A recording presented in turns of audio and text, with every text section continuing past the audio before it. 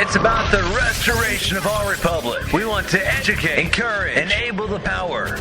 We stand for integrity, honesty, self-reliance, self-defense, and most importantly, no compromise on our foundational principles. This is America's Voice Now. Find America's Voice Now on Facebook and at americasvoicenow.org. Here's Michael Evans.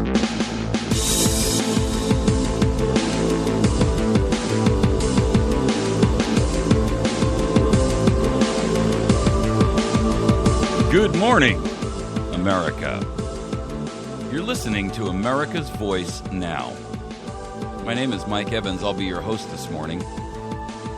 Appreciate you riding with us. I see a lot of folks joining with us this morning on our web stream. Glad to have all you folks. I can see some folks over there in Baltimore and New York and locally here in Mountain Home area, West Plains, Huntington. Thanks for joining with us. Appreciate you. Some folks out there in Seattle, you're up early in the morning. You know, we are rapidly reaching a point where even the most supportive person in this administration, or the most supportive American who is really just an observer, is really clearly at a point where they recognize we have reached a constitutional crisis in our government. I say that because as a result of the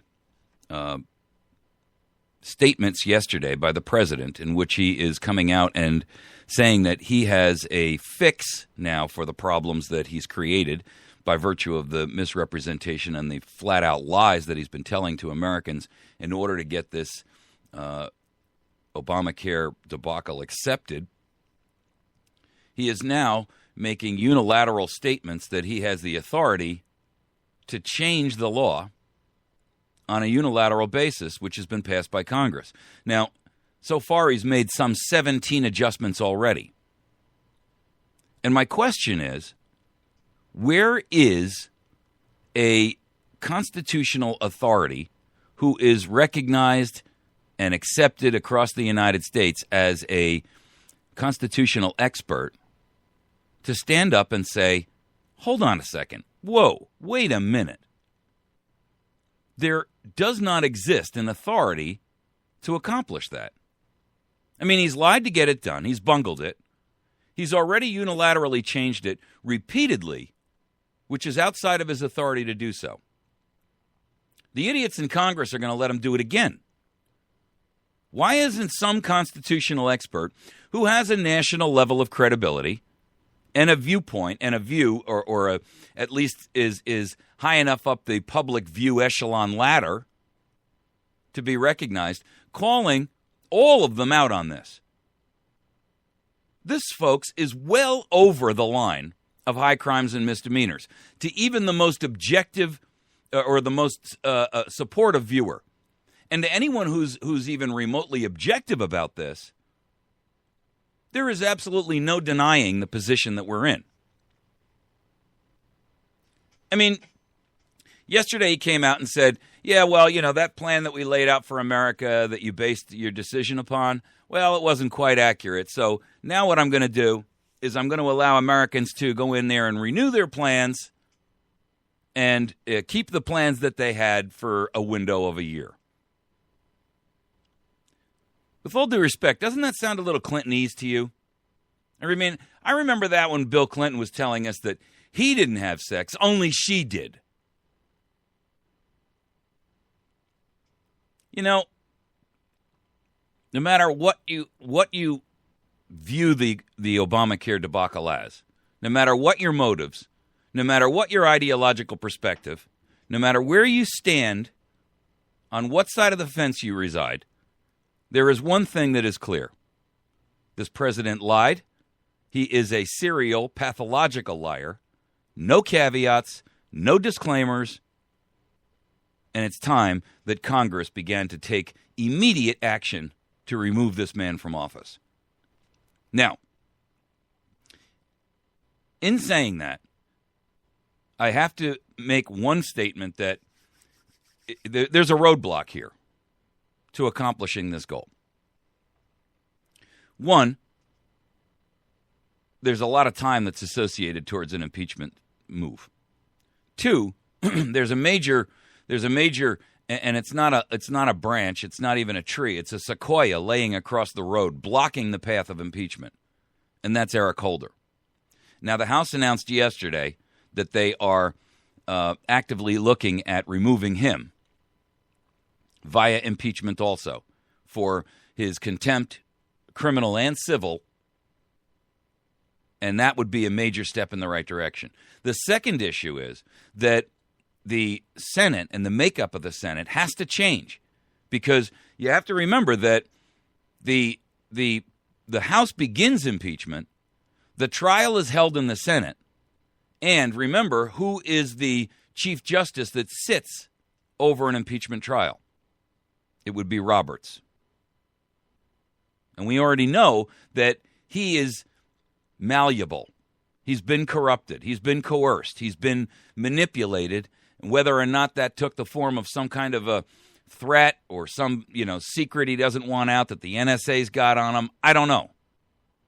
But he has already approved of this and went way outside of what anyone with an objective judicial view would immediately recognize to be way outside the boundaries of one, the Supreme Court justices or most senior justices' role, and two, he clearly was not looking at this in objective viewpoint. He went out of his way to figure a way to make this legal.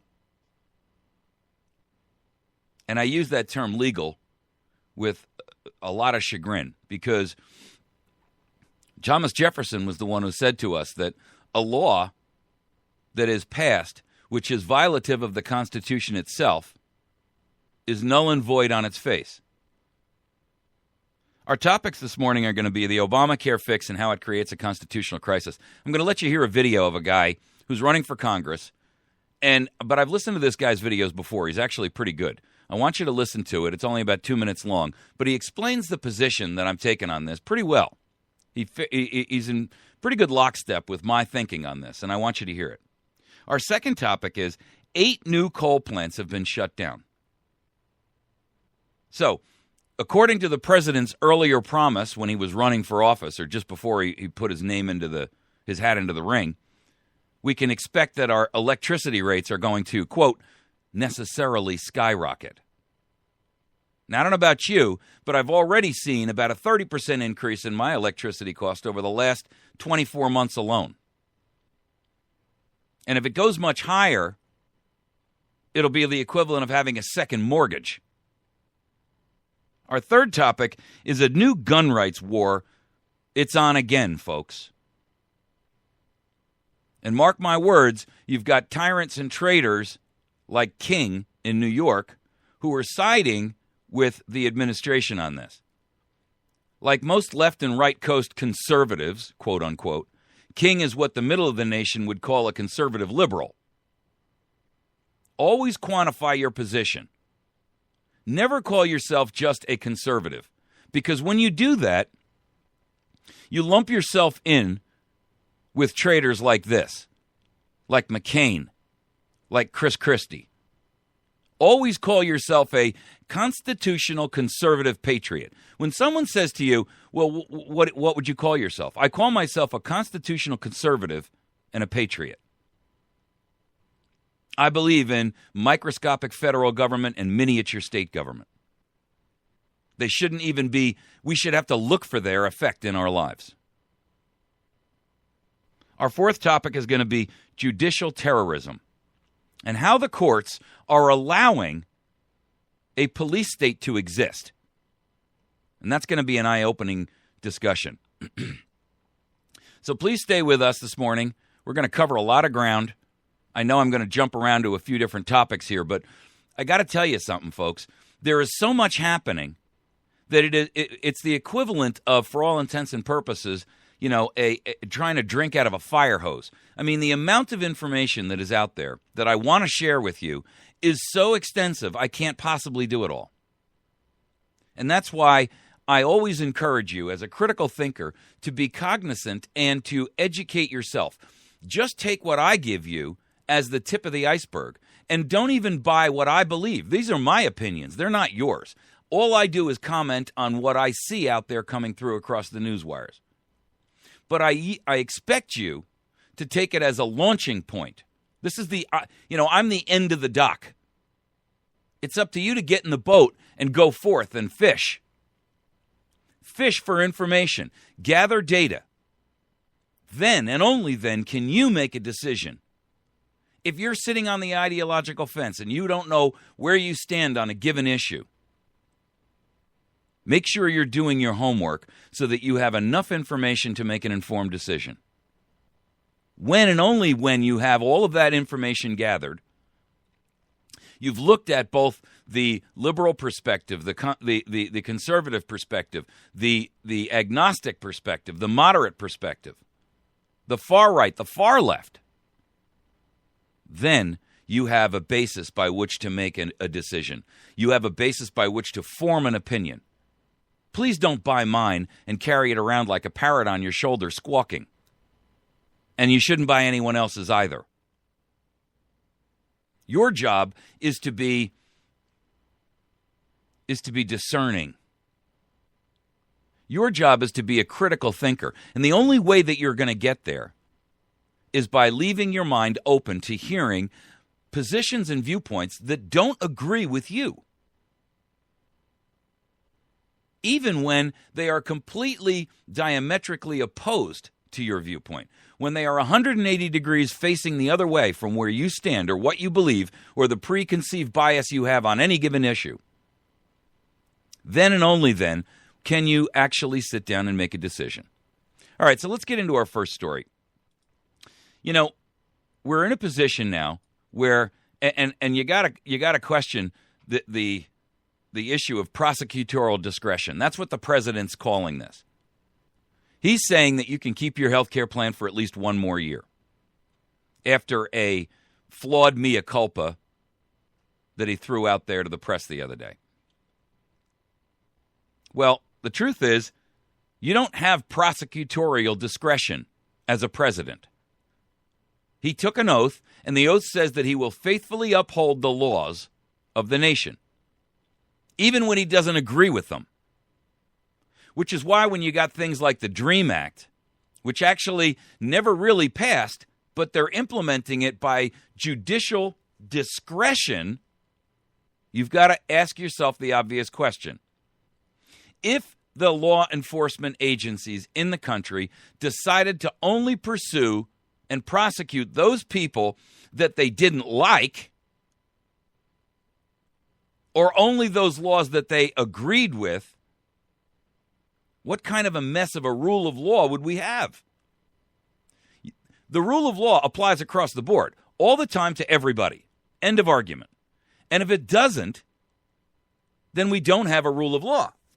What we have is some kind of thugocracy.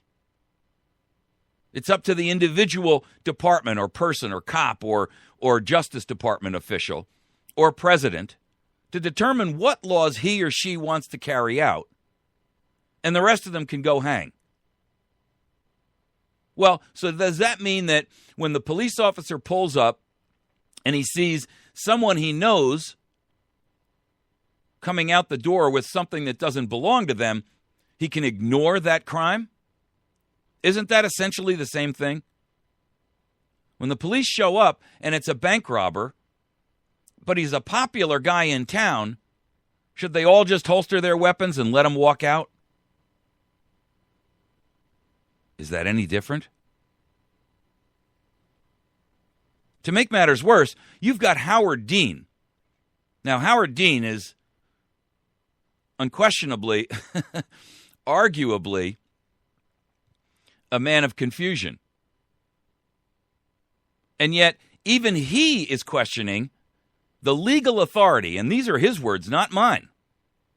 Here's what he said. He said, I wonder if he has the legal authority to do this, since this was a congressional bill that set this up. Ladies and gentlemen, That's Howard Dean. This is the past chairman of the Democratic National Committee, the DNC.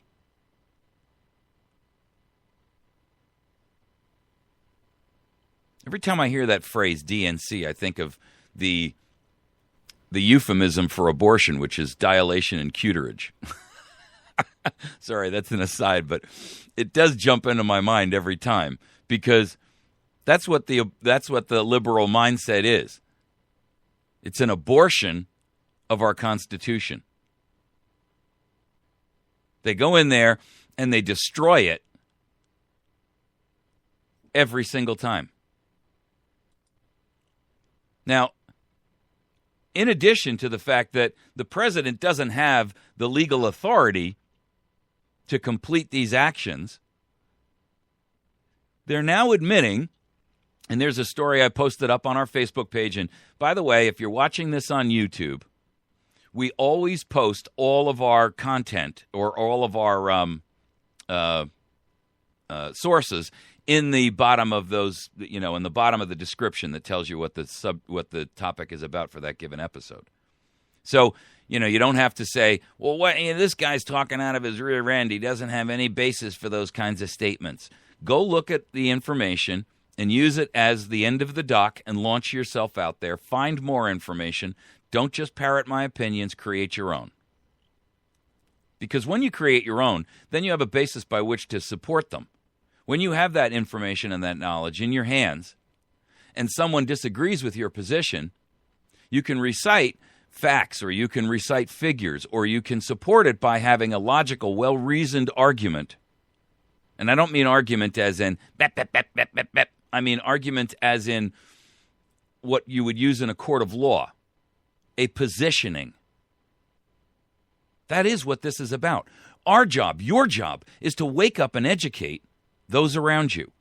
So use the skill set that you have to be able to go out there and articulate your positions in an argument that makes sense, is well-reasoned, bears the hallmarks of logic. That's the only way that you're ever going to get people to say, I think he's right about that. One other thing that I think we fail at, by the way, and then I'm going to let you listen to this guy's video.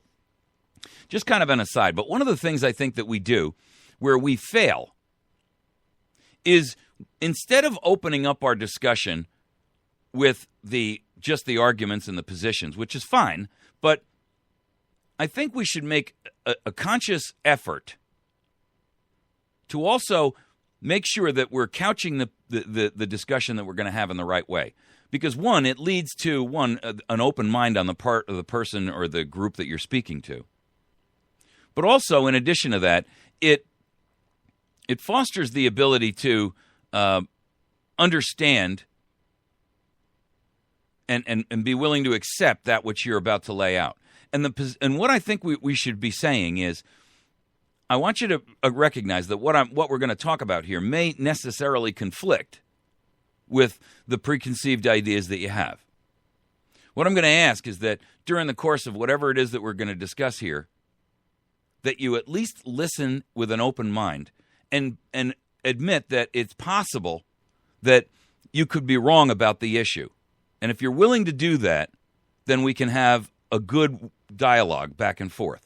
Otherwise, it'll descend into you get angry, I get angry, and we end up, just shouting at each other, which accomplishes nothing. So let's not be emotional about it. Let's be logical. And I'm telling you right now that if you do that, it will change the tenor of the conversation. The reason I say that is because one of the number one tactics that is in use by the progressive and the liberal arguments that are put forth are, as soon as they lose on logic and reason, they immediately descend to emotional arguments. And we see it over and over and over and over again.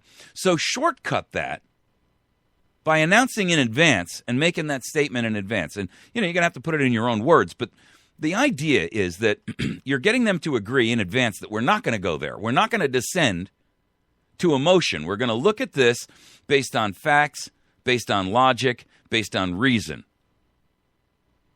There is a place for emotion, but it's not in this discussion where we're talking about things like fact. I'll give you a perfect example. The other day, I watched Fox News, and I listened to Bill O'Reilly talking, and he made a statement that I was just stunned by. He said, the Constitution can only is and I'm paraphrasing this. I'd have to actually go back and find it. It wasn't last night, it was the night before. So that would make it Wednesday night. And maybe you can find it if you want. But what he basically said was that the Constitution can be interpreted a lot of different ways. And I thought to myself, wow, that's just not true. The truth is, if you want to know what the Constitution says, read what the founders and the guys who wrote it had to say. They wrote this stuff down in these two documents called the Federalist and the Anti-Federalist Papers. Now, and I don't care whether you get Mary Webster's book or not, but that's a good one because it turns them into plain English. But I also strongly encourage you to make sure that you get the originals, and you can download them off the web. They're free. Get the original Federalist and Anti-Federalist Papers. The reason they were called Federalist and Anti-Federalist is because there were those who were Federalists and those who were Anti-Federalists and, big government, small government, whatever. The point is, these are the writings of the men who actually wrote the Constitution. And it was their explanation for their intentions to a general public because they couldn't write, a tome the thickness of War and Peace for the Constitution. So they outlined their bullet points in the Constitution and then used the Federalist and Anti-Federalist Papers and their writings to express to the American population, look, this is this thing we've created. It's called the Constitution.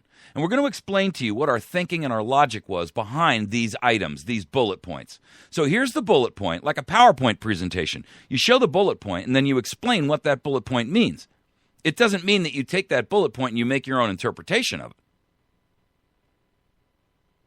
So you read the Federalist and Anti-Federalist Papers, the pro and the con of each given issue, and the truth of the matter is there's very little interpretation left to the imagination at that point. And that's the part that I find the most frustrating about every aspect of the media, everyone in the Justice Division or judicial aspect of our nation, everyone involved in Congress. They all sit there and say, well, it's our job to discern what they meant. No, it isn't. Your job is to actually know what they wrote so that you could take what their intention was and apply it. And the truth of the matter is, if you're to take those arguments that they put forth and then apply them to today's modern, whatever that scenario may be, there really isn't a whole lot of interpretation that has to be left to your imagination. I keep hearing, well, the founders didn't recognize we'd have cell phones, so did they really mean that's your private area? Go read what the founders had to say about that. Apply that logic to that question, and the question is easily answered. Your conversations are private, period. End of argument. No disclaimers.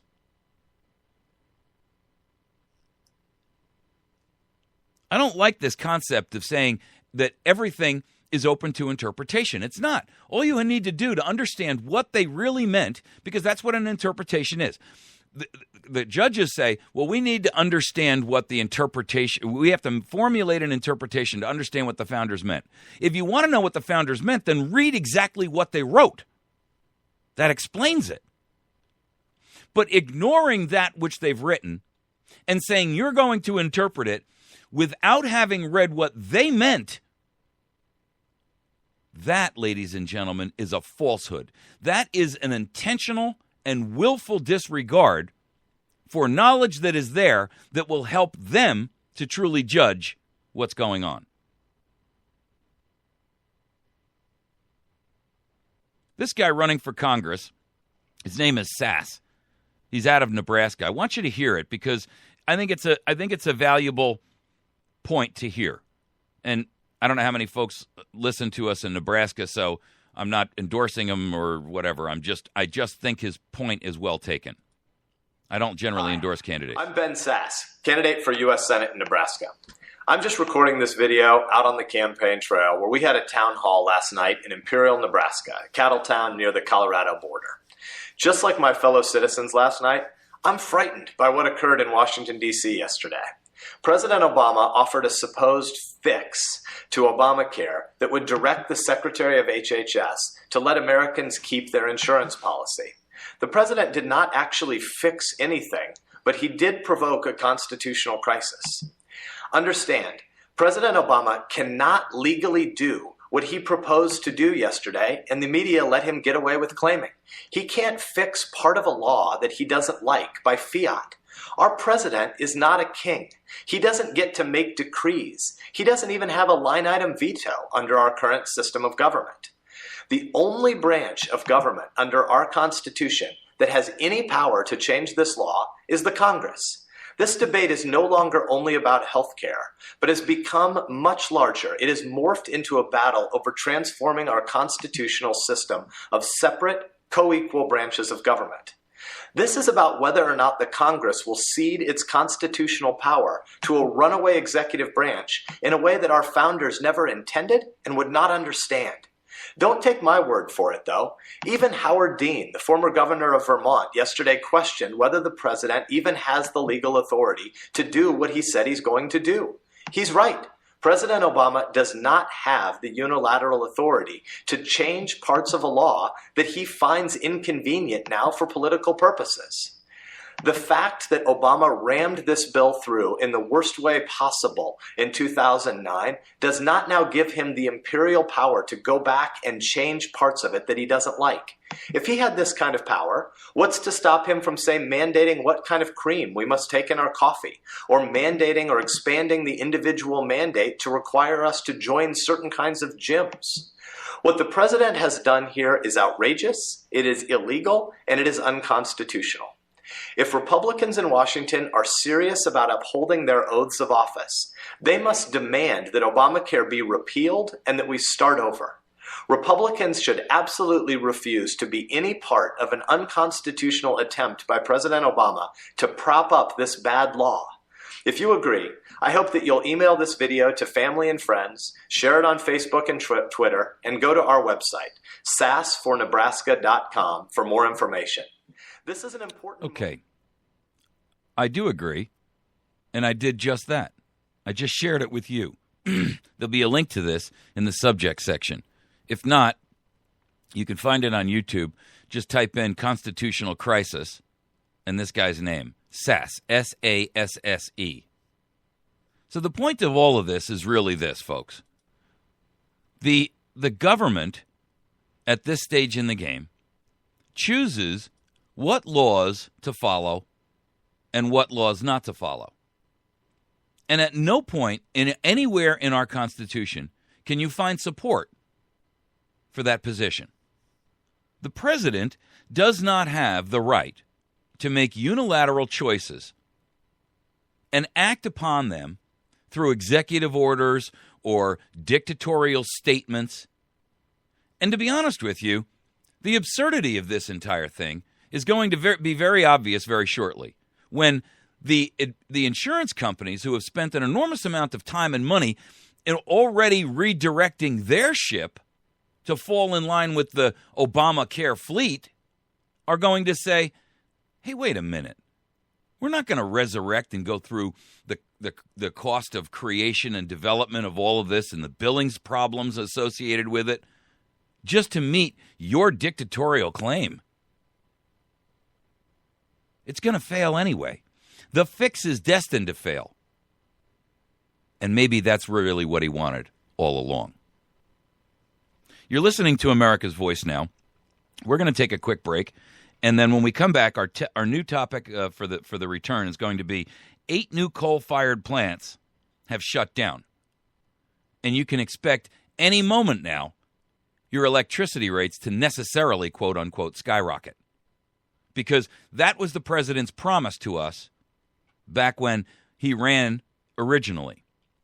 He wants necessarily your costs to skyrocket. And he's getting his way. We'll be right back. You can find us on the web by visiting us at americasvoicenow.org. You can also find our Facebook page where we post stuff up there. If you have a Facebook account, please like it. Because then the stuff I post up there, and I got to post 20 things a day up there, that stuff finds its way onto your timeline, and you're automatically involving your circle of influence and exposing them to what we're talking about, which is a good thing. You don't even have to do anything. You're automatically opening up your circle of influence to us, and I'm grateful for that. If you don't have a Facebook account, then that's okay. You can still go there because it's a public page. You can still go there and read the stories and read the comments and find the articles and things like that. Use it as a resource, if nothing else, a library resource where I've already narrowed down the amount of stuff that you got to go hunt. I also comment my own personalized comments on each story I post up there, so you can see what I'm thinking about it before you actually click there. We'll be right back.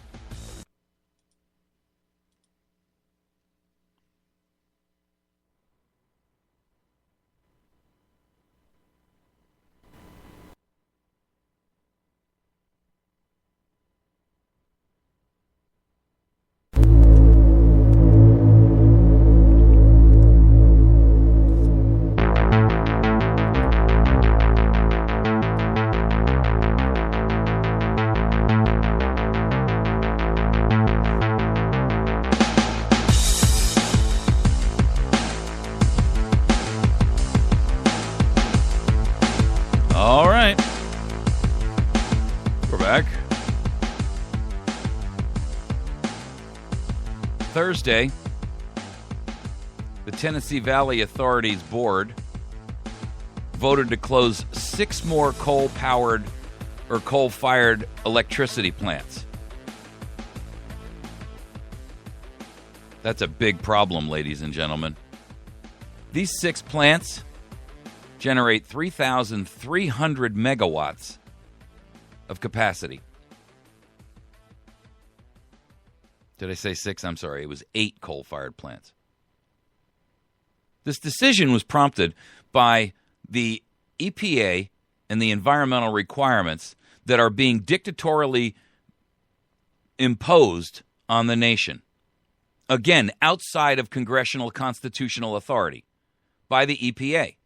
The Environmental Protection Agency is on a mission to institute its vision, irrespective of good or bad for the country. They're going to employ and develop and force their agenda upon America. And that, ladies and gentlemen, is dangerous territory. Because we already know that the EPA, 1, is corrupt, 2, that they're biased, 3, that they promote and support the arguments behind global climate change, global warming, global cooling, pick your particular tag. And yet, we also know that we see zero empirical evidence for the truth of that statement. They don't have any empirical evidence. All they're going upon is old news that has already been debunked. So the absurdity of this is that the EPA is out there, first of all, and for those of you who don't remember, it wasn't long ago that the EPA, or the previous woman in charge of the EPA, the head of the EPA, was just caught utilizing a private email account to avoid review of her positions and policies on things.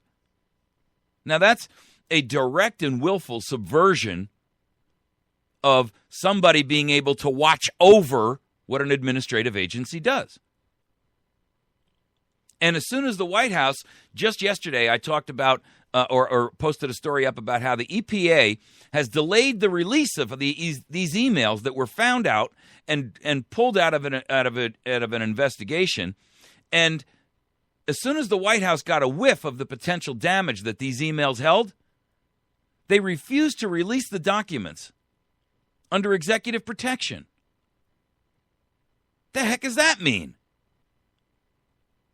As soon as it became apparent that Congress, who's doing an investigation into this, was actually going to get these documents and that they were going to be released to them, the White House stepped in and said, oh, no.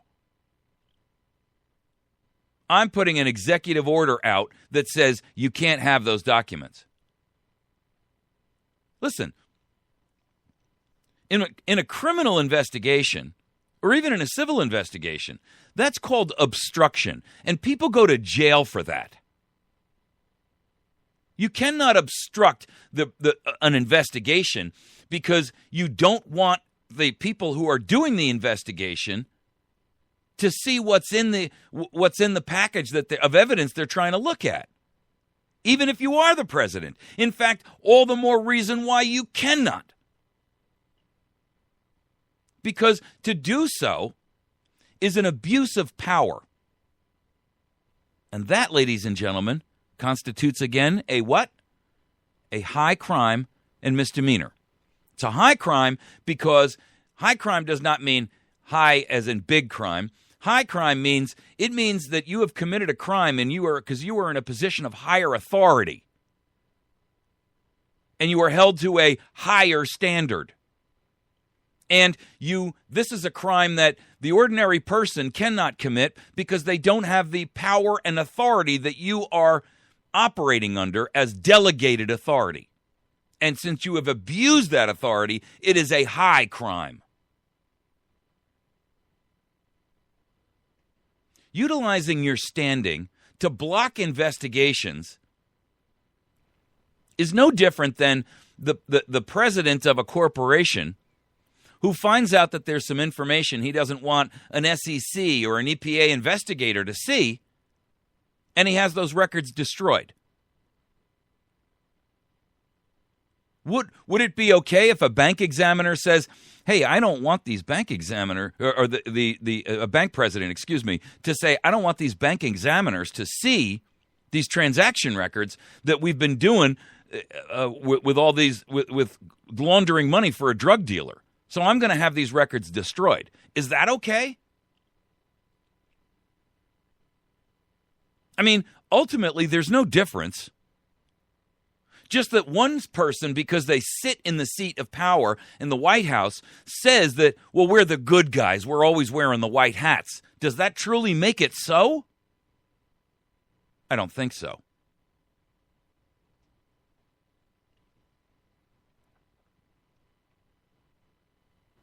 How do you justify that?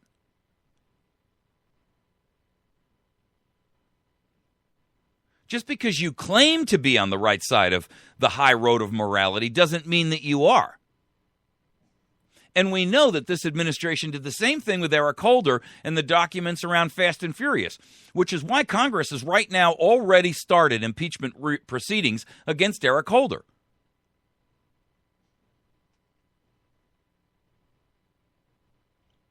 Now we have the EPA who has come forward and said, we're going to institute these draconian requirements, and it's prompted 8 coal-fired power units to shut themselves down.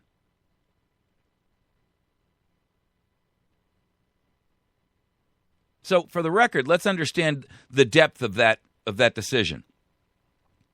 The Tennessee Valley Authority themselves, these are the board executives, say that this decision was prompted by a combination of environmental requirements imposed by the EPA.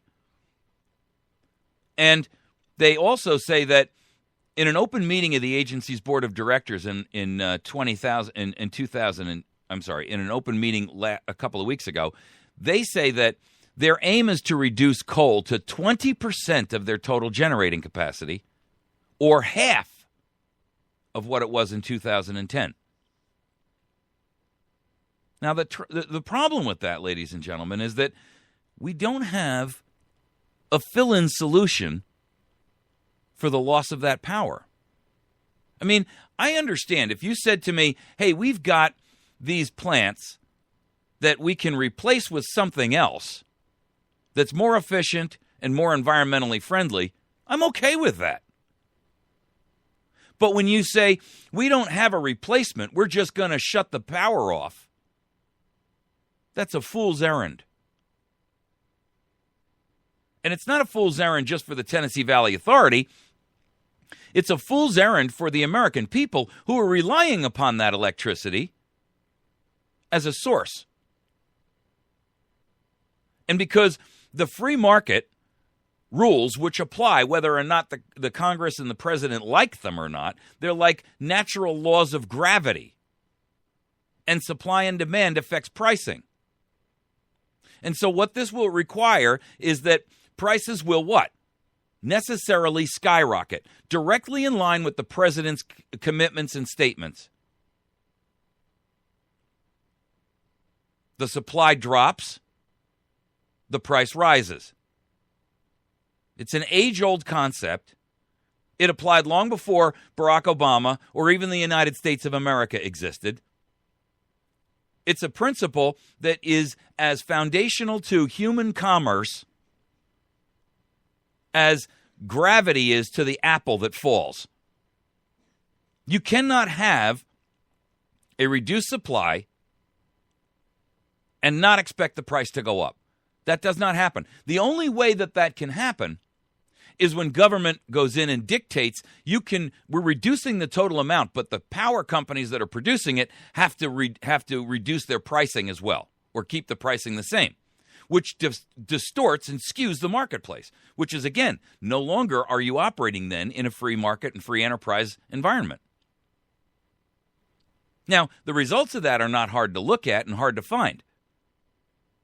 I mean, if you go on to the Drudge Report this morning, there was an article out there about how Venezuela just jailed 100 bourgeois businessmen.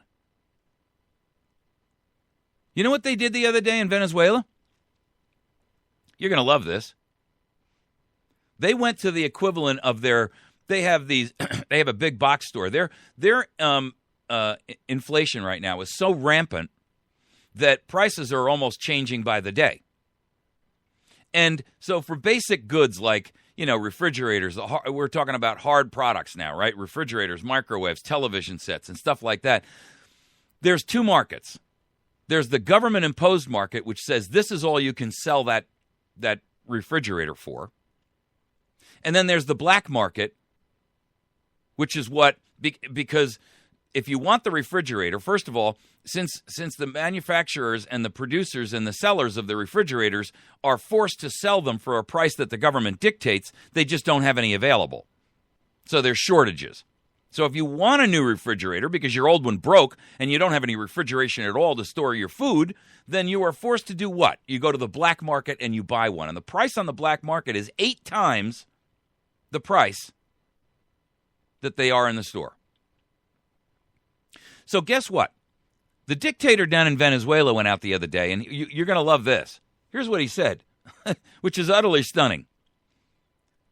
We're going to force these stores to reduce their pricing, and they had armed police who allowed people to go into the store and buy the televisions and the refrigerators and the microwaves at the price that the government wanted them held at. 8 times lower than what they were actually selling them for. Guess what the people were doing? Well, first of all, they were joyous, right? They went in there with they issued these tickets out to people by lottery, and the people went in and they bought whatever that was they wanted, a dishwasher, refrigerator, an air conditioner, or whatever it was. Then they immediately took them and turned around and sold them on the black market for 8 times the amount of money. They didn't really need the new refrigerator. They just saw an opportunity to cash in. That's the free market, doggone it. And you can't change those laws of those laws of the universe that apply no matter what. So even when you sit there and catch the apple in a basket, at some point gravity will dictate that apple is going to get to the ground.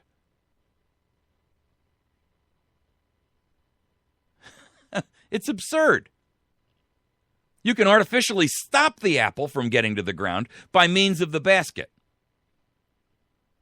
But if the basket's not there, that apple's going to hit the ground.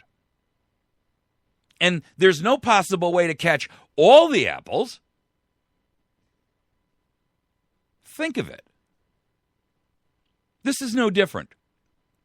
Now we've got the government saying, well, we're going to force coal-fired plants to close so we can meet an environmental agenda that, by the way, Japan came out yesterday and said they're not going to adhere to anymore.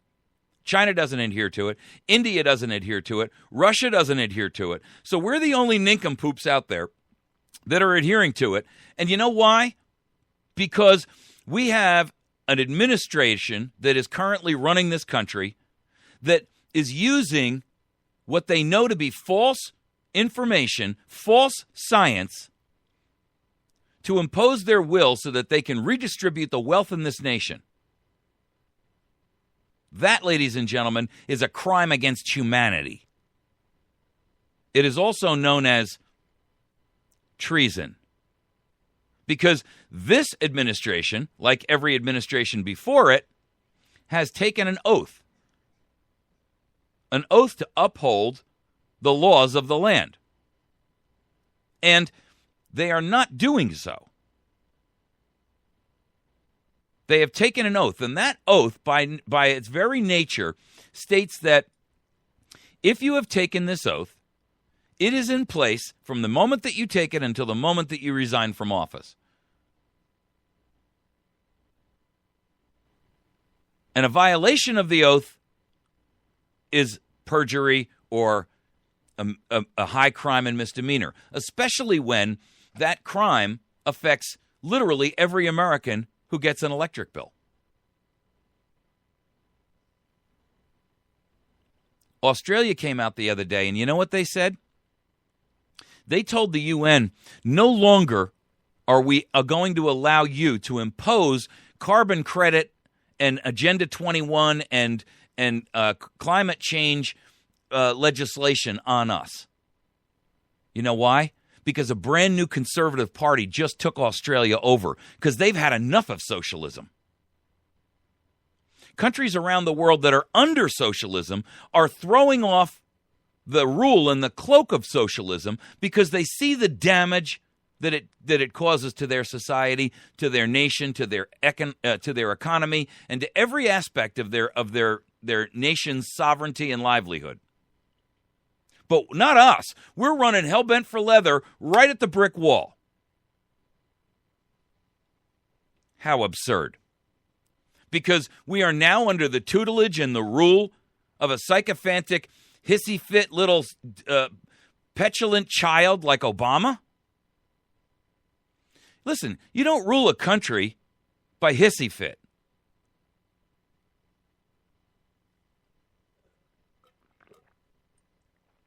And if you look at our history, you don't rule a country in the United States. You lead a country. This isn't leadership. This is temper tantrum. And America had better wake up and throw it off. Because I'll tell you, if you don't, and this goes to the topic I spent all day yesterday on, the TPP.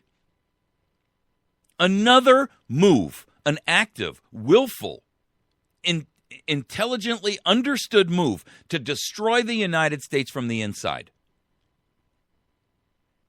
I get why the House hasn't begun impeachment proceedings yet, because Eric Holder is the head of the Department of Justice.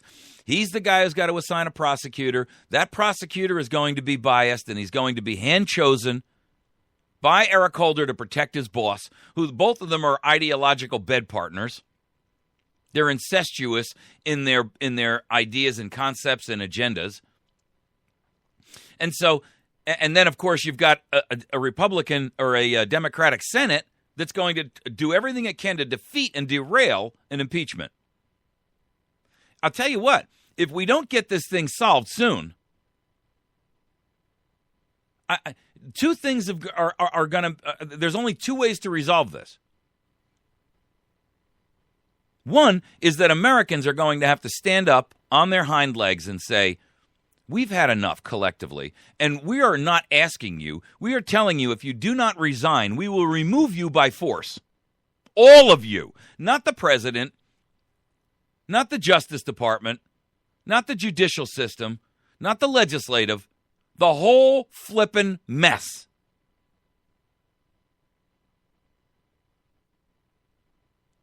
not 20,000 who were easily defeated during the bonus March years in the 30s when they tried to go out there and get justice. 20 million. There ain't enough Black Hawk helicopters and National Guard troops to stop that, ladies and gentlemen. But if we don't march on the castle with torches and pitchforks soon and demand that they send out the monster so that we can get this thing resolved and go on about our peaceable way again, we're done. I don't get what America's waiting for. Well, I don't have the time to go sit in Washington and camp out on the White House lawn. I've got a job I got to show up at. I mean, what do you expect me to do? Lose my house and my car? I got a mortgage and a car payment, man. I got to pay the electric bill. How short-sighted. How short-sighted. You know, our founders said to us, at the bottom of a document which really quite clearly outlined the position of the new nation, they said, and for the support of this declaration, and with a firm reliance on the protection of divine providence, we mutually pledge to each other our lives, our fortunes, and our sacred honor.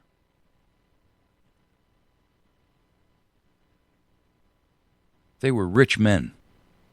They were moneyed men. They were landowners. They were merchants. They owned businesses. They had a lot to lose.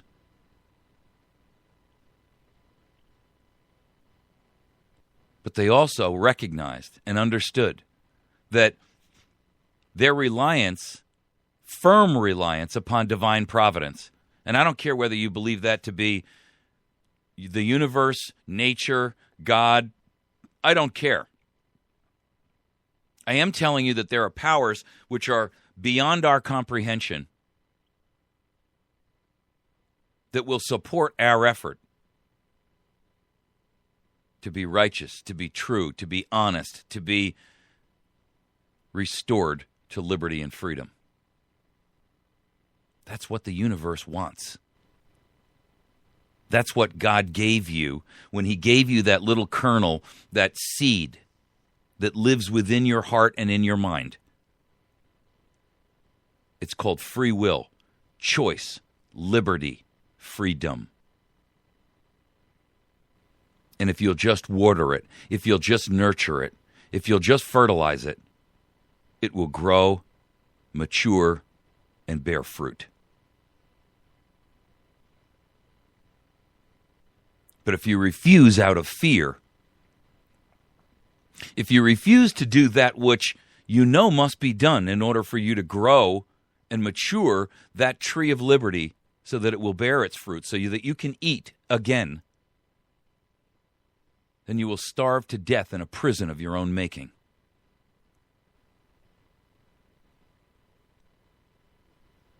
The choice is yours. Decision is up to you.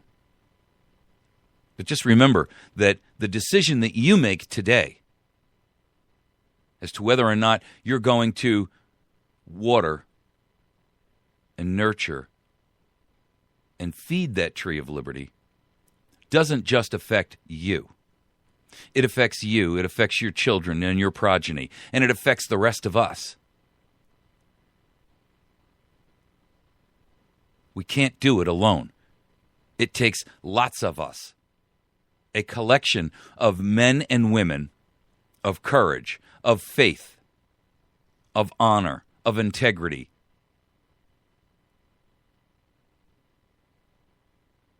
The question for you to ask yourself, and you need to do some serious soul searching in this decision-making process, is where do I stand?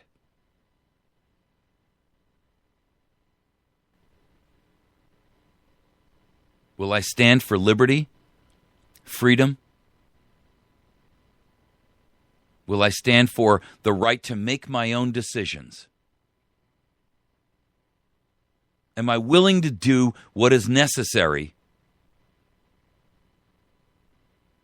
to preserve and defend this nation and this way of life that is in line and morally right with the universe, ethically right with the universe, scientifically right with the universe?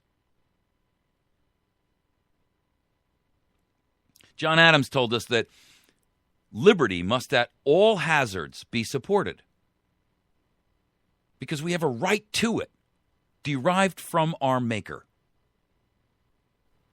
And even if we didn't, our fathers have earned it and bought it for us at the expense of their ease, their estates, their pleasure, and their blood. Will you make all of that sacrifice worthless? Liberty must at all hazards be supported. We have a right to it because it was delivered to us, given to us, derived from our Maker. And I don't care whether you consider that Maker to be a God in heaven or a swirl of magic dust out of the universe. It makes no difference.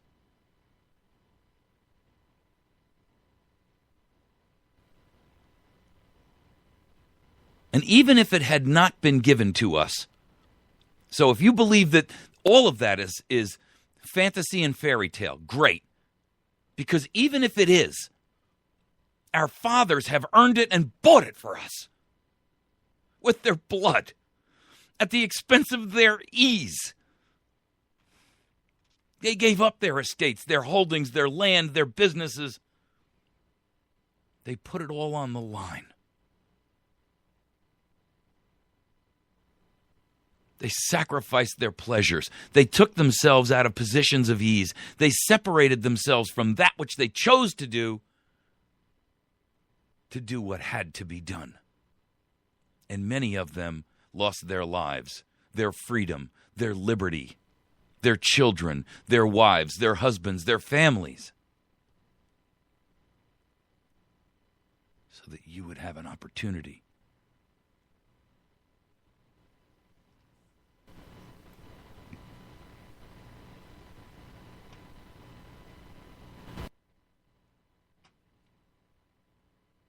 Where do you stand?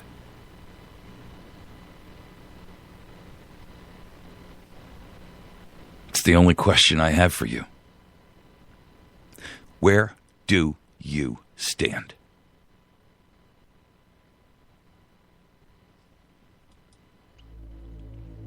We're going to take a quick break. When we come back, we're going to talk about new gun rights war. It's on. They've had their deep breath. They're back for more. It just never ends with these people, folks. It's like the Chinese water torture. Drip, drip, drip. Find us on the web at americasvoicenow.org, facebook.com/americasvoicenow, youtube.com/americasvoicenow, spreaker.com/americasvoicenow, google.com/plus, the plus symbol, America's Voice Now. We're out there. Seek and you shall find. We'll be right back.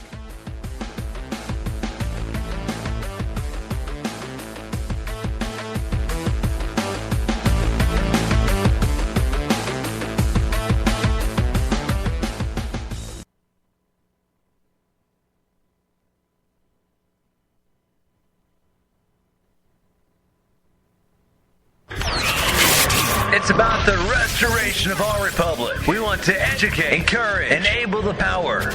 We stand for integrity, honesty, self-reliance, self-defense, and most importantly, no compromise on our foundational principles. This is America's Voice Now. Find America's Voice Now on Facebook and at americasvoicenow.org. Here's Michael Evans.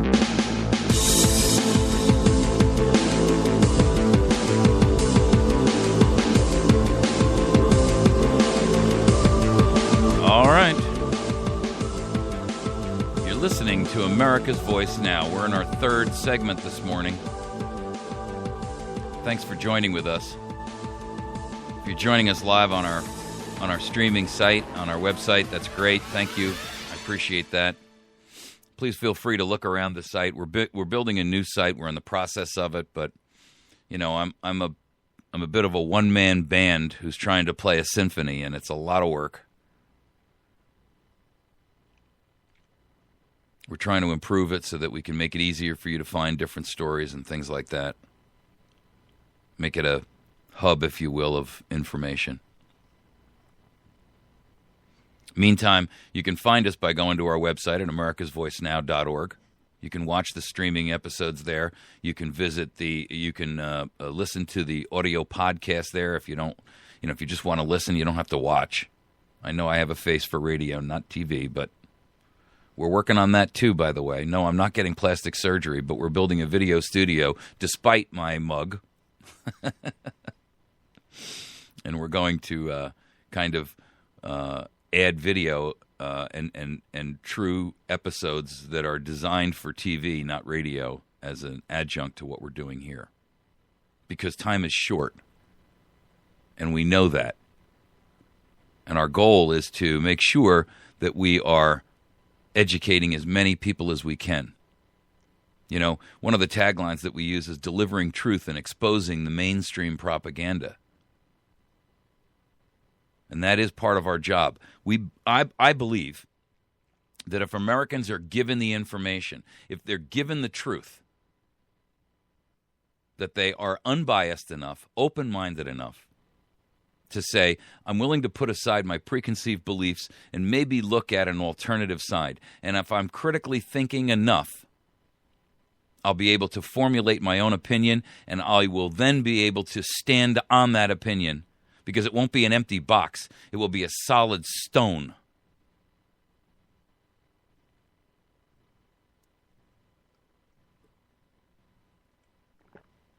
And they won't feel as if they have to waver like a sapling in the wind.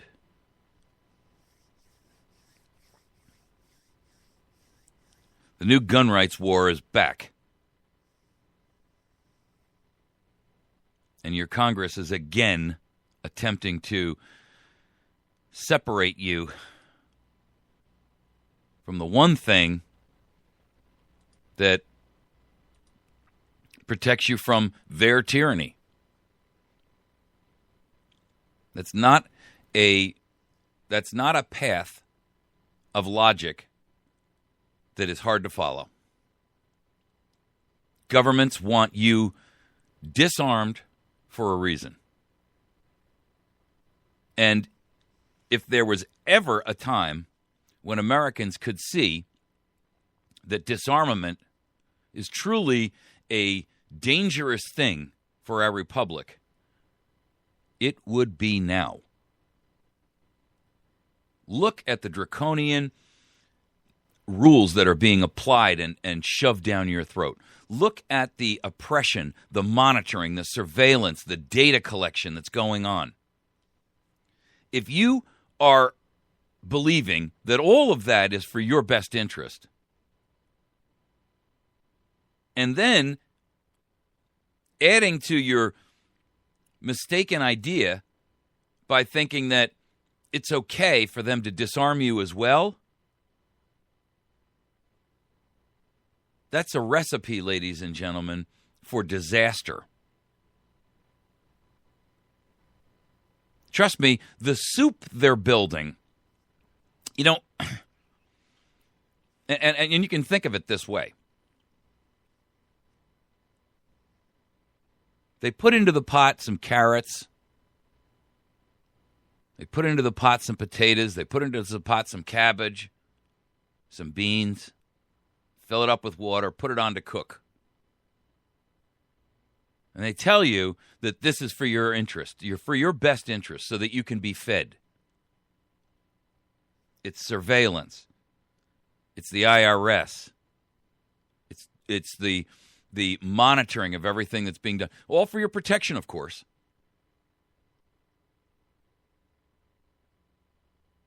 But the chef here, the cook here, isn't telling you that he's got this little bottle. And when nobody's looking, he's pouring that in. What's contained in that bottle is poison. But you're so hungry, so desperate, that you're willing to sit there and eat it, even though you see those around you in your town, in your village, in your city, who are dying from eating it first.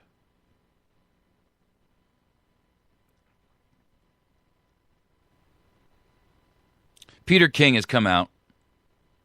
He's a Republican. He's out of New York.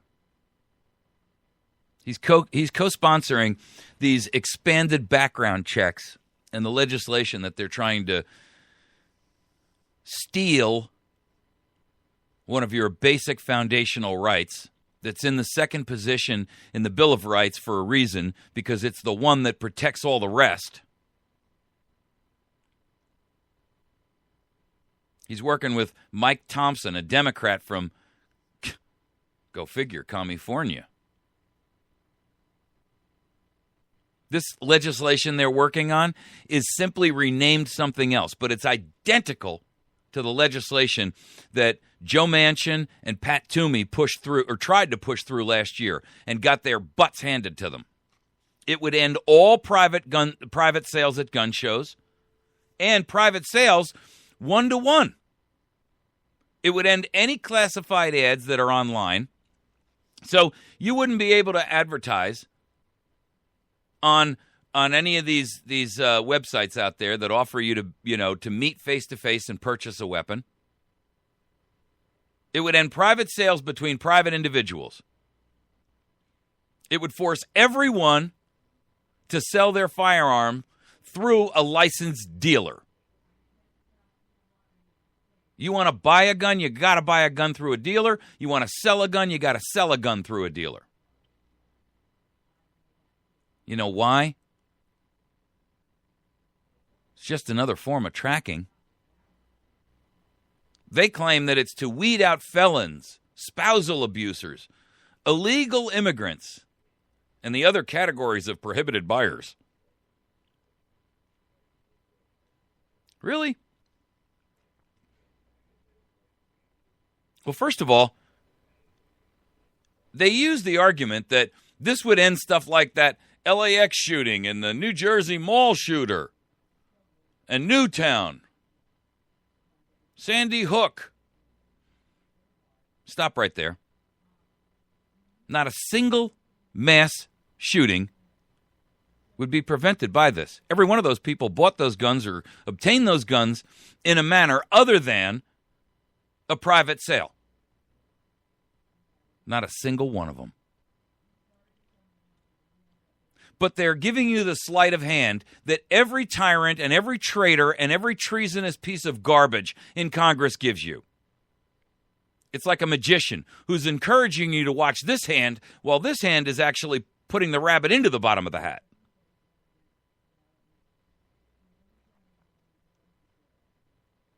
The truth of the matter is, our Second Amendment is unequivocal. It states emphatically that you have a right to bear arms. There are no caveats.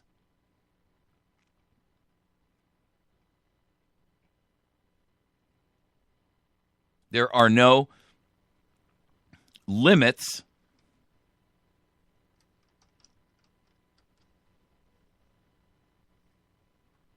And, the truth is that Thomas Jefferson was very clear about the real purpose of, and so were many of the other founders, by the way. He was just one of many. But he told us that the purpose of firearms was to defend your nation against tyranny. The Second Amendment, as a last resort, can be used by the people to defend themselves from tyranny and government.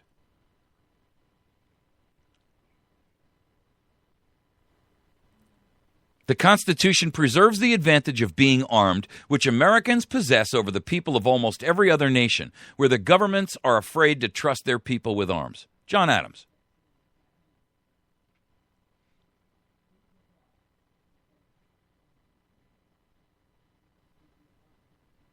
Patrick Henry, are we at last brought to such humiliating and debasing degradation that we cannot be trusted with arms for our own defense?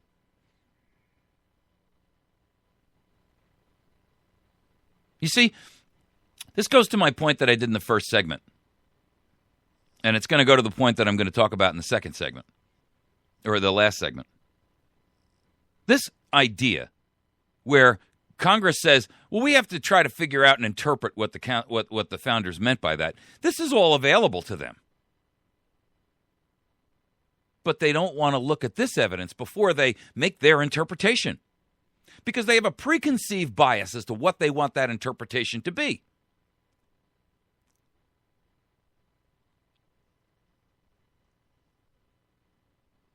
I mean, you can't get more clear than that. Are we at last brought to such humiliating and debasing degradation that we cannot be trusted with arms for our own defense? Patrick Henry.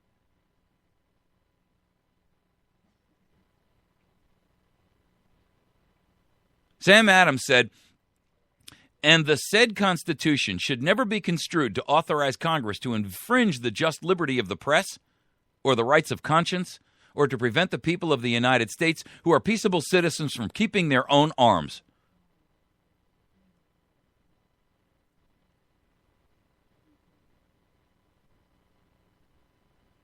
The Constitution preserves the advantage of being armed, which Americans possess over the people of almost every other nation, where the governments are afraid to trust their people with arms.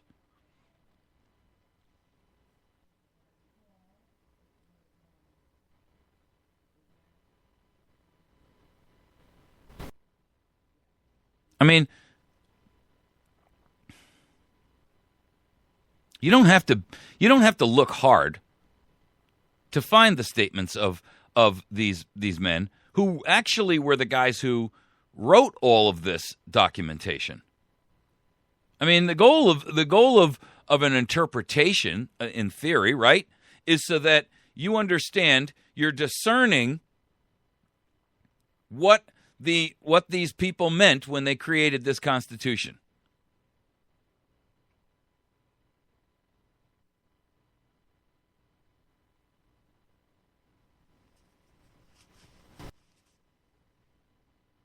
Well, Jefferson also said, when all government, domestic and foreign, in little as in great things, shall be drawn to Washington as the center of all power, it will render powerless the checks provided on one government over one government on another, and will become as venal and impressive as the government from which we separated. Did you see that? That was a warning. When all government, domestic and foreign, in little as in great things, shall be drawn to Washington as the center of all power, it will render powerless the checks provided of one government on another, and will become as venal and oppressive as the government from which we separated.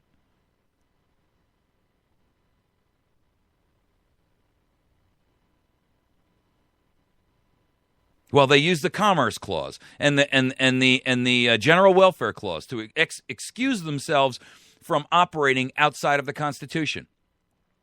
Well, because of commerce, we have the right through interstate commerce to regulate firearms. The heck you do. He also said to us, Congress has not unlimited power to provide for the general welfare, but only for those specifically enumerated things. That takes all of these decisions that have been made since the 40s and the 50s surrounding commerce and makes them all null and void.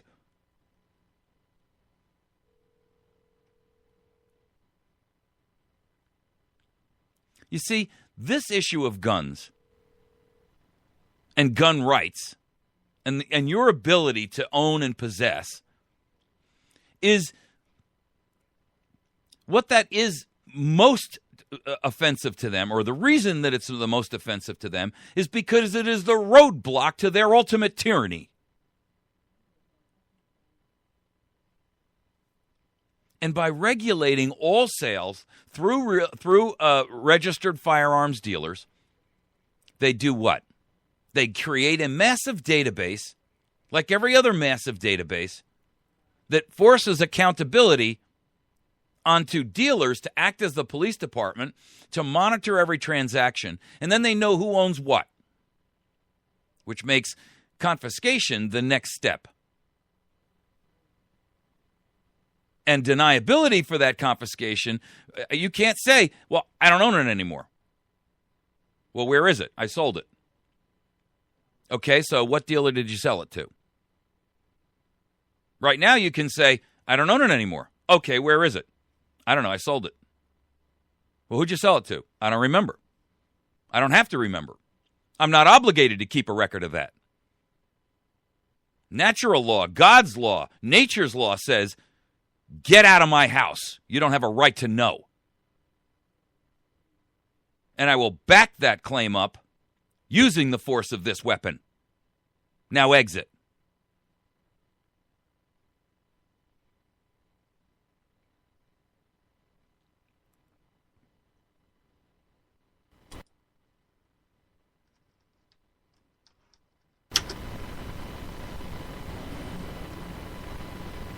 The truth is,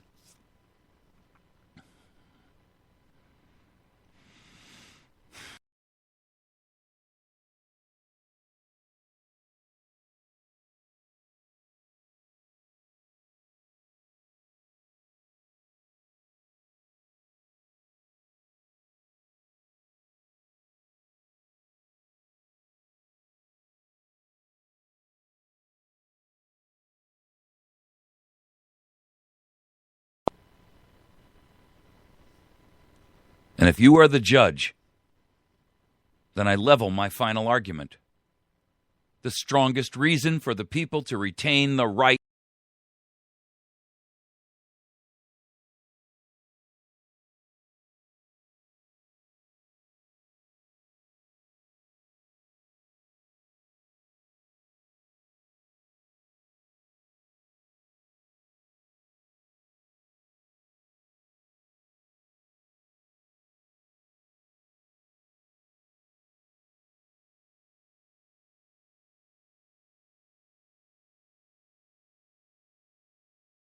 from going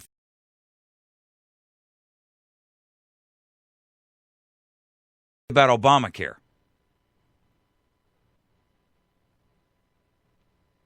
It's sleight of hand. It's misdirection. And this is treason.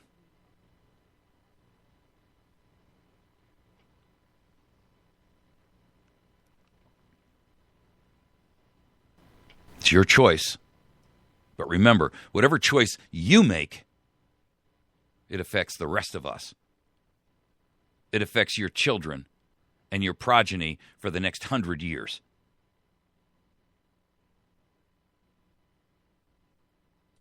And so I throw down the gauntlet, which I've thrown down to you before.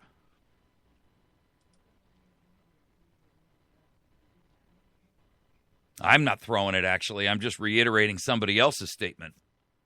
But I say, if you will not fight for the right when you can easily win without bloodshed, if you will not fight when your victory will be sure and not too costly, you may come to the moment when you will have to fight with all the odds against you and only a precarious chance of survival. And there may even be a worse case. You may have to fight when there is no hope of victory because it is better to perish than live as slaves. Winston Churchill gave us those words. I can find a lot of things I don't like about Winston Churchill, but in that statement, he was dead on. And when you are disarmed, we will have passed the first threshold. And we will be in the even worse case. We will have to fight when there is no hope of victory because we're fighting with broomsticks. Because at that point, it would be better to perish than to live as a slave. The rights of self-defense, personally, communally, nationally, are inherent in your liberty and your freedom. They are in that kernel of self-determination and free will that you have been given by your maker, by nature, and nature's God. These are part of natural law. The wolf does not ask, "May I defend myself, please?" The bear does not say, "How can I defend myself? You have stripped my claws and taken my teeth."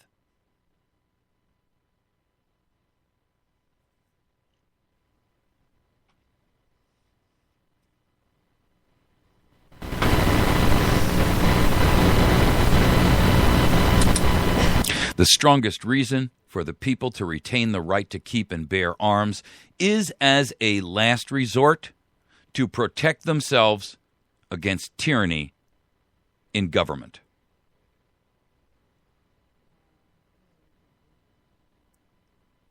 Your Honor, I rest my case.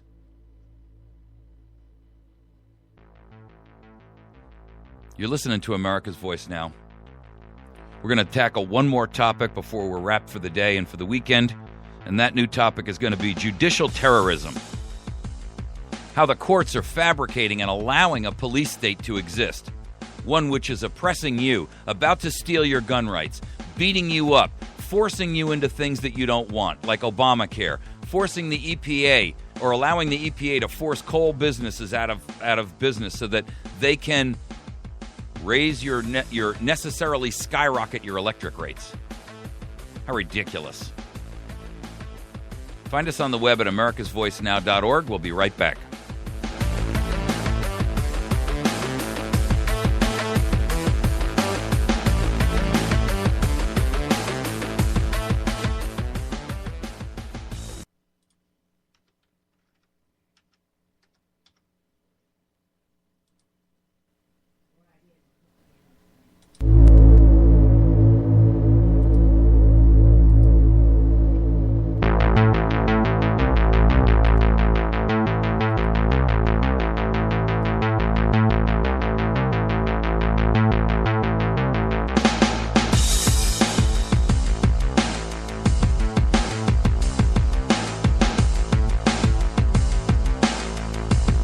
All right. This is it, folks. Our last segment this morning. Thanks for riding with us. We appreciate those of you who capture and listen to our video live, our audio podcasts, our stuff up on YouTube. Since I put that podcast player in and the ability, giving you guys the ability to download these in an audio format, audio only format, boy, I've seen a sharp jump in that. So that's a good thing. I hope it gives you a way to expand your listenership and your own. You know, I encourage you to, and listen, I know people say, this guy does this because he's got some big ideas of himself. Let me tell you something. I really don't. The truth of the matter is, I would love to not have to do this. It's dangerous. I am an obvious and neon-coded target. There's no money in this. I don't get paid. I pay for this show and everything that's around it, all of this equipment, all of the services that has to be done on the web, all of the payments that have to be made. I go to these meetings and I speak at places all over the place. I do interviews on different radio shows all over the country. Nobody pays me a dime. I don't earn a penny at this. It costs me money. So trust me when I tell you, this is not for some grandiose ego. I would love nothing more than to go live out in the middle of nowhere and mind my own business. But somebody's got to speak out because we are at a point where without some Paul Revere riding through the community, alerting the citizenry to be awakened and aware and prepared, we're losing it, and we're losing it quick. The court system is just as bad as the legislative system, just as bad as the executive system. I saw an article the other day that I thought was very, very well expressed. It was on the Free Beacon, freebeacon.com. I'll put a link to it in the body of this YouTube video. And the title of the article is, and it's written by an attorney. A guy's name is Clark Nelly, and he's for the Institute of Justice, or for Justice. And his article is pretty clear. It says, courts across the country are abdicating their constitutional duty, permitting the growth of government intrusion by deferring cases. This is judicial activism, and it's more than that, actually. This is not limited just to a case of judicial restraint in hearing cases or deciding on cases that they don't want to allow to become precedent. This is actually far beyond that. What it is judicial terrorism. And I'm going to clarify and expound on that in a moment. But I want you to understand what's going on. You are being terrorized right now by every facet of your government. And it's time that you acknowledge the truth of that action, of that statement, of that reality. Because a reality it is. Courts across the country are abdicating their constitutional duty and permitting the explosive growth of government intrusion by deferring cases to show restraint.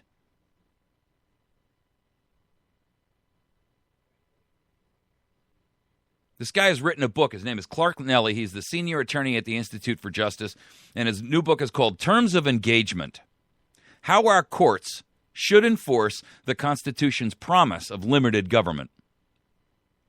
And he says that all courts, including the U.S. Supreme Court, are deferring cases that involve their decision-making on powers that the government branches exercise. And they're deferring them because they're exercising their own judicial restraint. Now, here's the stunning part.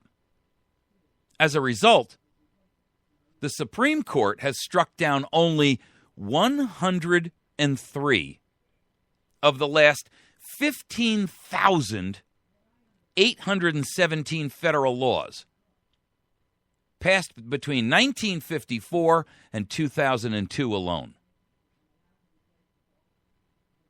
Holy crap! That's 2/3 of 1%. Are you going to try and tell me, intellectually, honestly tell me, objectively tell me, that only 2/3 of 1% of the laws passed by government in the last 65 or 70 years are fairly struck down? In other words, that 99.7%, I'll give you the benefit of the doubt, 99.6% of all the federal laws that have been passed in the last 65 years are legitimate. None of them are overreaching. None of them are oppressive. None of them are, come on, I don't buy it. He's calling this judicial abdication. For the record, abdication is when you have abandoned. Abdication is an abandonment. A king abdicates the throne when he says, that's it, I no longer want to be king, and I abdicate the throne. Pick somebody else. The courts are abdicating their duty, their responsibility, and their requirements under the Constitution.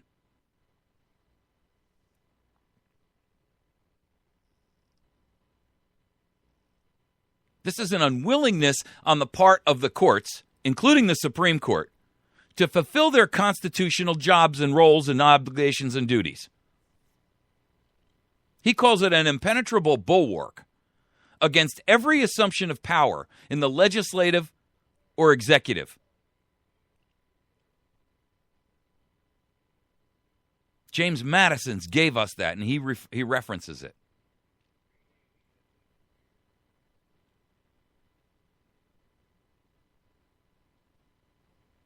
He's actually calling for judicial engagement by advocates for the Constitution in the court system, in the judicial system, to curb the surge that we're seeing in this tsunami of federal regulations and responsibilities.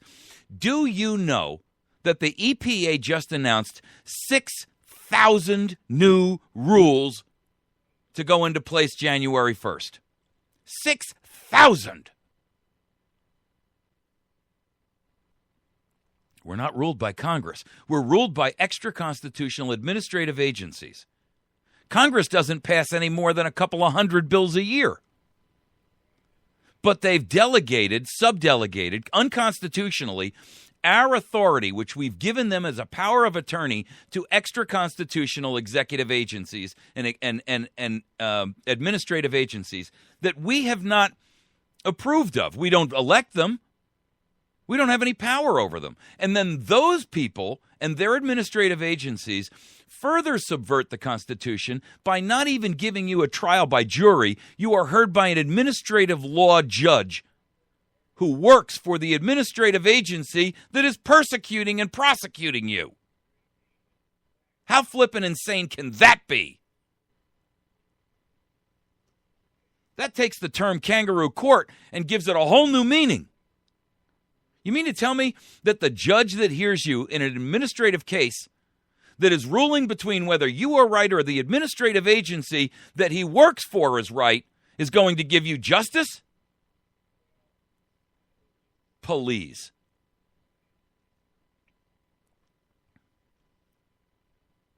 Here's what he writes. The framers didn't expect the other branches to obey the Constitution. That's why they created the judiciary. In other words, to hold them back so that they would act as the bulwark, the impenetrable bulwark, in James Madison's language, the impenetrable bulwark against every assumption of power in the legislative or executive. That was the job. The job of the judiciary is to act as the seawall, protecting you from the onslaught of the waves.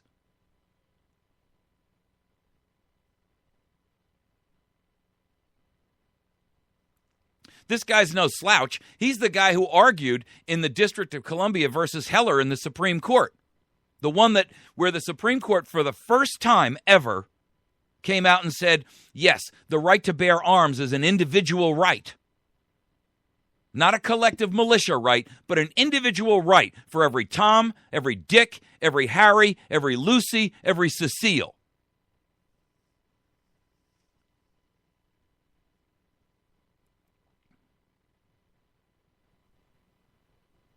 He goes on to say that the duty lies with the judiciary, and they, as a system, are shirking that duty and have been for a long time. He points to the Affordable Care Act as one of the prime examples. And he's right. He calls it a preposterous reading of the statute because the mandate is actually designed not to enable but to coerce and compromise and force people into a funnel, a chute, to coax you into buying insurance rather than to regulate interstate commerce and to raise revenue. This isn't a tax law. This isn't a raising of revenue. This is coerced theft.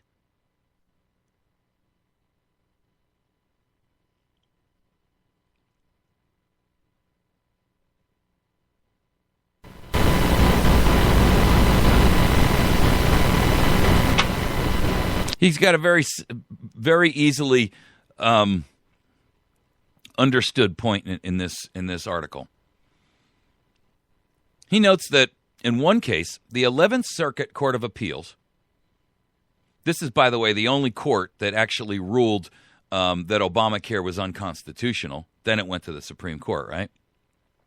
And they ruled after they ruled Obamacare unconstitutional, before it went to the Supreme Court, they followed up that particular case that they had heard with another case in which they granted the U.S. Department of Agriculture. Listen to this one, because this is going to blow your mind. This court approved and ruled that the U.S. Department of Agriculture has the authority, the constitutional authority, to regulate six-toed cats at Ernest Hemingway's house in Key West, Florida.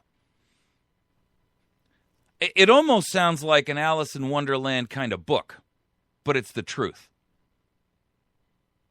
The U.S. Department of Agriculture went to court to determine, and this court approved it, that they have the authority and the power to regulate six-toed cats at Ernest Hemingway's house, which is now a museum in Key West. This bizarre case involved undercover agents. Undercover agents. This is the truth, folks. This is what your taxpayer dollars are really being spent on. Involved undercover agents surreptitiously shooting photos of the cats, and even an unannounced trip to the museum by a federal judge, which has been turned into the house of Hemingway, which is now a museum, of course. The court ruled in the end that the cats were covered under the Federal Commerce Clause because the museum sold cat-related merchandise. What? What kind of circular, nonsensical logic is that? So because the museum sells cat-related merchandise, the Department of Agriculture has the right to regulate the six-toed cats there. And what do they care about regulating six-toed cats for in the first place? I mean, who cares? Six-toed pedactyl cats exist. What are they going to do? Put out an order to sterilize all six-toed cats? I mean, I don't get it. And who cares? And why? And why are we expending resources on this kind of nonsense? Because it's not really about anybody caring about six-toed cats. It's about them instituting their authority to dominate and rule and oppress you.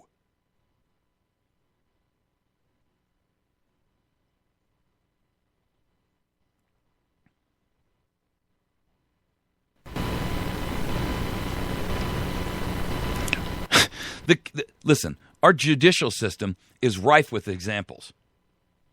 There was a woman, you're not going to believe this one, a woman named Sandy Meadows, and in 2004, she was a widow, and she lived in Baton Rouge, Louisiana. So here's what happened. Her husband died, and of course her income ceased. She was an older lady, and she decided that in order to get work, she was going to obtain a license to be a florist.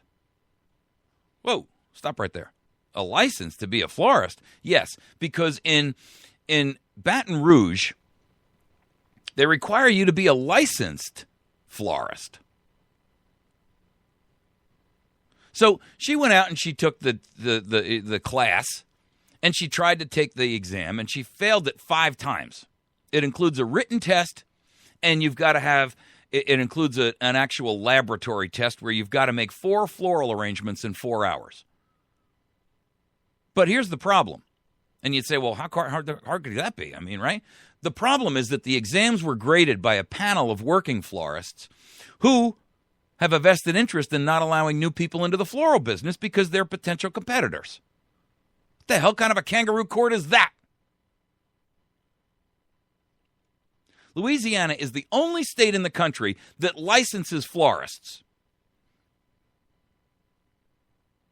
By the way, for the record, wait until you hear these numbers.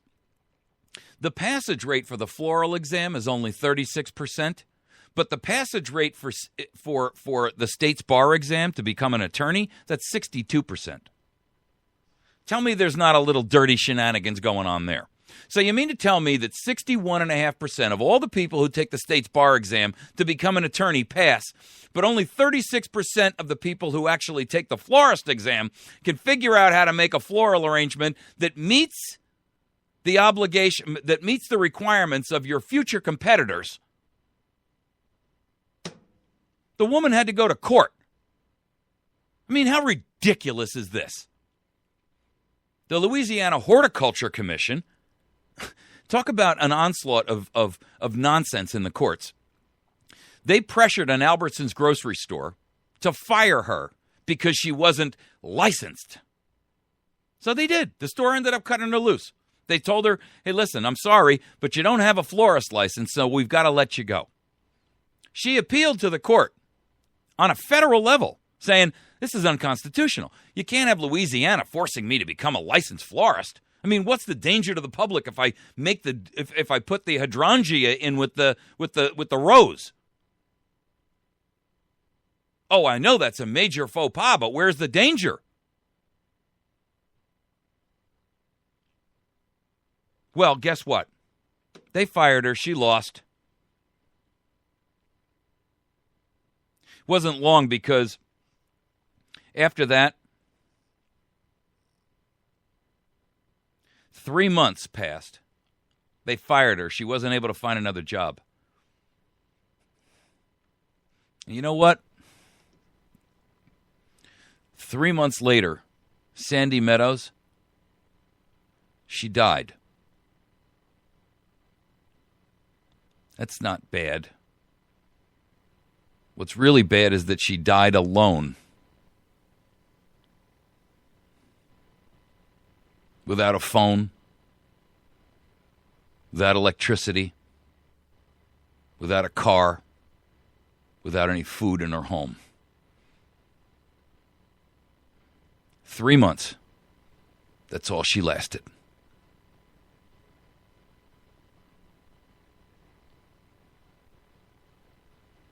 Three lousy, stinking months. In Louisiana, as corrupt, they're guilty.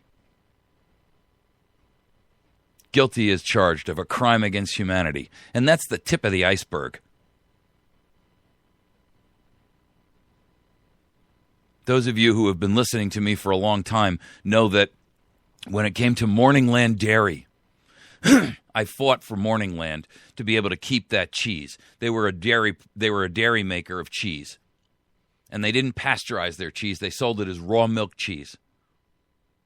And the Missouri Milk Board, which is funded and lobbied by the Dairy Association, who doesn't want unpasteurized products out there, went in and found his cheese to be problematic. They falsified lab tests. They refused to allow him to have it tested independently, and they declared it all to be destroyed.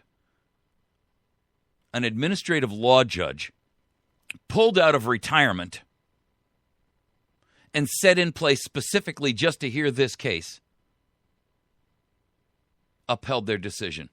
And they destroyed 36,000 pounds of cheese. It's all over the internet. Go look it up. It's under Morningland Dairy.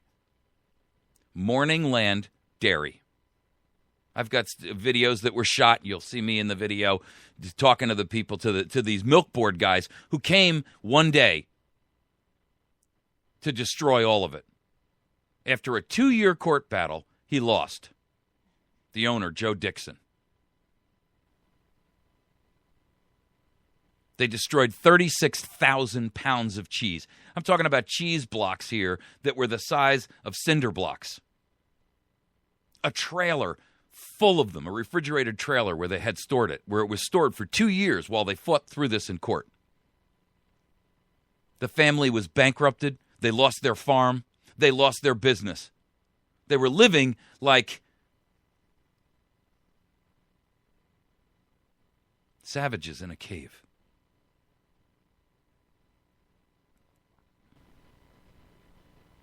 There's no justice in our judicial system. And is it any wonder with people like Eric Holder leading it? Is it any wonder with Barack Obama, who is giving direction to what prosecutorial benefits that he wants to give? I mean, you don't have the ability to utilize prosecutorial discretion.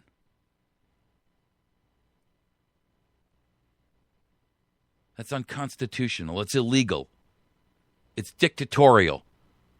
It's authoritarian, totalitarian. It's tyrannical. And your judges and your court system.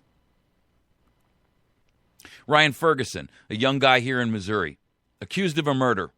Prosecutor knew he was innocent. Hid the evidence. They gave him life.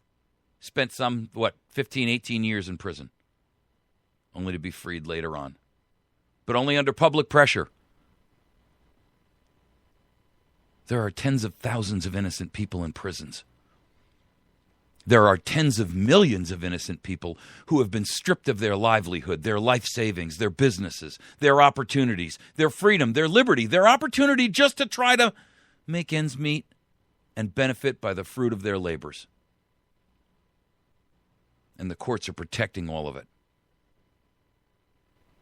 So when you hear me say that not only must America march upon this nation, this capital, your state capitals, and demand the ouster and the removal of the entire administrative and executive branch and the entire legislative branch, which have shown to be so absolutely abjectly corrupt that they cannot make any decent decision on the behalf or under the oath that they have taken. I don't mean just them. I say judicial too. Every federal judge, you're out. No more appointments to federal judgeships. The Supreme Court, all 9 of you, see you later. That sounds radical. Hey, is it any less radical that we are falling into fascism? Wake up and smell the coffee, America. It's growing around you like a weed every day. The walls are being built around you, and at this point, they're so high, you can barely see above the top.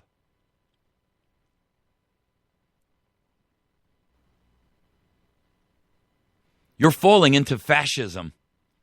If that is not diametrically opposed to what you expected for your nation, if that is not a massive leap, then you shouldn't have a problem with accepting the idea that everything in all government agencies must go and be restarted under a constitutional republic with the goal of living within the boundaries and the framework set by the Constitution. That was the original plan, ladies and gentlemen, and for the past 100 years, we have completely ignored it. We have allowed it to be abdicated. We have abdicated our responsibility, our duty, our obligation to make sure that we stood there and said, not today.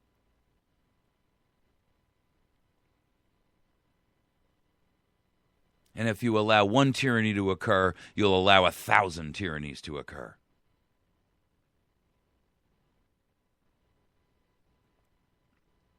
This is no less a revolution than the revolution that was announced and declared in 1776. It is no less. It's just happening in your time.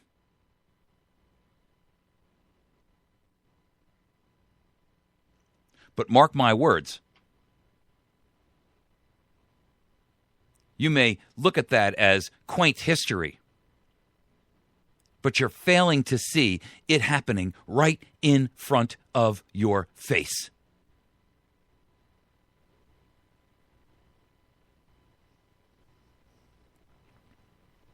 No, we don't need to do this armed. We don't need to do this in a violent way. We need to do this as Americans who rise up and say, collectively, we will take no more. We will not tolerate it anymore. We're not asking you to make changes to the laws that you have already passed because you've been bought and paid for. We're not asking you, courts, to make decisions that go against your previously purchased decisions. We're not asking you, executive, to make decisions and to make things right, because we know that you have already been corrupted beyond salvage. We're not asking you. We're demanding that you leave. We're not asking for your resignation. We are firing you.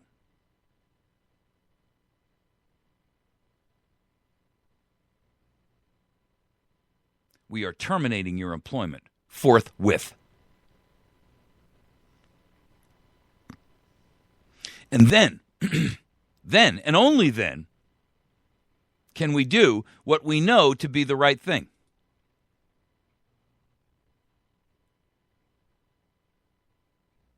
We can do what our founders did.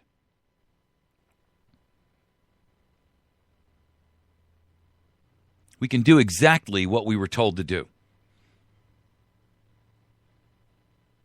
When we have been faced, and it is clearly proven that we are under absolute despotism, it is our right. Nope, sorry, stop there. It is more than our right. It is our duty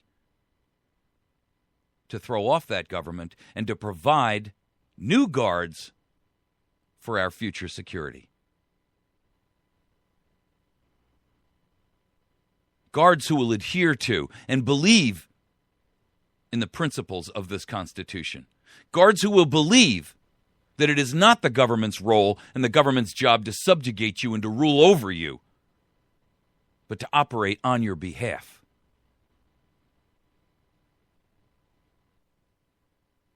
To stay out of your life, frankly, and to rule in those areas only that they have been given express authority to act. But to regulate who you can do and what you can do and where you can do it and how you can do it and who you can be in business with and who you can't compete against. To demand that you must do this or must do that. To bribe and coerce and co-opt your state legislations or your legislatures with money and bribery. To try to circumvent and co-opt and corrupt that government. That is immoral. Dishonest, unethical, unconstitutional. And it is against the laws of God and man and the laws of nature. And nothing will do but that activity cease. Our failure to stop that activity will be our undoing.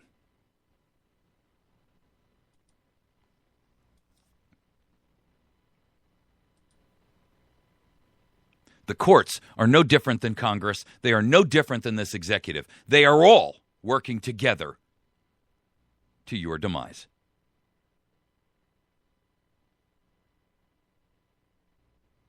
They get no pass.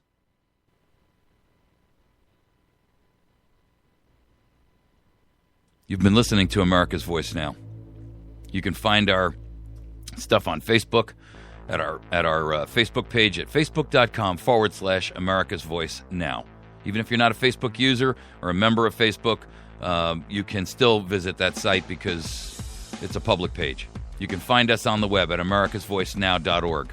You can listen to our audio downloads there, and you can download them directly from there. You can also find all the articles and stories we post. You can find every audio and video program that we do on YouTube by going to our YouTube channel at youtube.com/America's Voice Now. You can also go to our Spreaker channel and download the podcasts into a mobile phone or anything else you want. And you can go there by going to Spreaker.com. That's like speaker with an R. Spreaker.com/America's Voice Now. Have a good weekend. We'll see you tomorrow. God bless.